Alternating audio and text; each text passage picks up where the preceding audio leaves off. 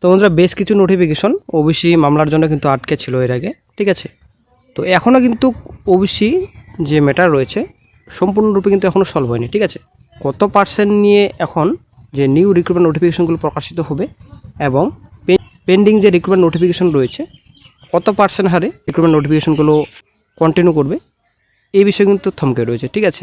হয়তো আশা করছি সুপ্রিম কোর্টের পর্যবেক্ষণ কোর্টের দিকে তাকিয়ে রয়েছে নতুন রাজ্য সরকার, ঠিক আছে। কারণ ব্যাপারটা আশা করি আমরা জানি যে ওবিসি মামলা তুলে নিয়েছে নতুন রাজ্য সরকার। তো এর আগে রাজ্য সরকার তো এলোমেলোভাবে দিন কাটিয়েছে, কোনো কিছু করেনি। মামলার পর মামলা হয়েছে কলকাতা হাইকোর্ট থেকে সুপ্রিম কোর্টেও কিন্তু তোড়জোড় ছিল মামলা, ওবিসি মামলা। কিন্তু যখন ওবিসি মামলা সুপ্রিম থেকে হাইকোর্টে আসে, হাইকোর্টে কিন্তু অনেক কিছু জাজমেন্ট দিয়েছিল। তো সেই জাজমেন্টে কিন্তু কোনো রকম মূল্যই ছিল না। তারপর কিন্তু মামলা সুপ্রিম কোর্টে আবার চলে যায়। তো সুপ্রিম কোর্টে যাওয়ার পর কিন্তু কোনো কিছুই হয়নি। হিয়ারিংয়ের পর হিয়ারিং হয়, হিয়ারিং ডেট কিন্তু চেঞ্জ হতে যায়, কোনো কিছুই কিন্তু হয়নি, ঠিক আছে। তো এখন নতুন রাজ্য সরকার আসার পর ওবিসি মামলা তুলে নিয়েছে, এখন আর কোনো রকম সমস্যা হওয়ার কথা নয়।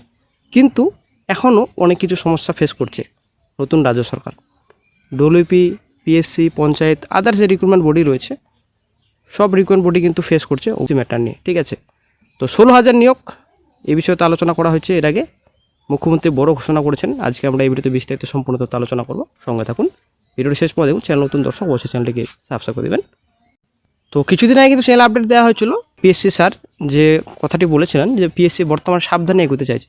এই যে নিউ রিক্রুটমেন্ট নোটিফিকেশন প্লাস এদিকে রেজাল্ট অনেক কিছু পেন্ডিং রয়েছে, ঠিক আছে। তো এগোবে কীভাবে এ হচ্ছে ব্যাপার। ওবিসি সলভ হলেও ওবিসির এখনও কিন্তু কিছু জট রয়েছে, পরে যাতে কোনো রকম মামলা মোকদ্দমার সম্মুখীন না হয় সেই হিসাবে কিন্তু লিগ্যাল রিমেম্বারেন্স থেকে ওবিসি সংক্রান্ত বিষয়ে একটা মতামত আসার কথা। এখন পর্যন্ত মতামত আসেনি। এখন নতুন রাজ্য সরকার সুপ্রিম কোর্টের দিকে কিন্তু তাকিয়ে রয়েছে, ঠিক আছে। তো পিএসসি প্রাক্তন স্যার কিন্তু এমনটাই জানিয়েছেন যে সুপ্রিম কোর্টের দিকে কিন্তু তাকিয়ে রয়েছে। সুপ্রিম কোর্ট থেকে কী রায় আসে তার জন্য কিন্তু তাকিয়ে রয়েছেন নতুন রাজ্য সরকার। তো তারপরে কিন্তু নতুন রাজ্য সরকার ঘোষণা করেন যে ওবিসি জটিলতা সম্পর্কে বলেছেন তিনি যে ওবিসি সংক্রান্ত সমস্যা রয়েছে ক্যাবিনেট মিটিংয়ে সমাধান হলেও মহামান্য সুপ্রিম কোর্টে বর্তমানে কিন্তু গ্রীষ্মকাল ছুটি, ঠিক আছে। আগামী জুলাই মাসে 8 তারিখে সুপ্রিম কোর্ট ওপেন হবে। ওবিসি মামলা বর্তমান সরকার প্রত্যাহার তো করে নেবে, এটা আশা করে আমরা জানি, প্রত্যাহার করে ফেলেছে। এবং মুখ্যমন্ত্রী বলেছেন যে 16,000 প্লাস এই যে ডব্লিউপি কনস্টেবল রয়েছে, আশা করে আমরা জানি একটা মামলায় জড়িয়ে গেছে। তো 16,000 শূন্যপদ যে রয়েছে সেটা কিন্তু সেপ্টেম্বর, ঠিক আছে, সেপ্টেম্বরের মধ্যে কিন্তু নিয়োগ হবে। এটা কিন্তু পরিষ্কার নতুন রাজ্য সরকার বললেন।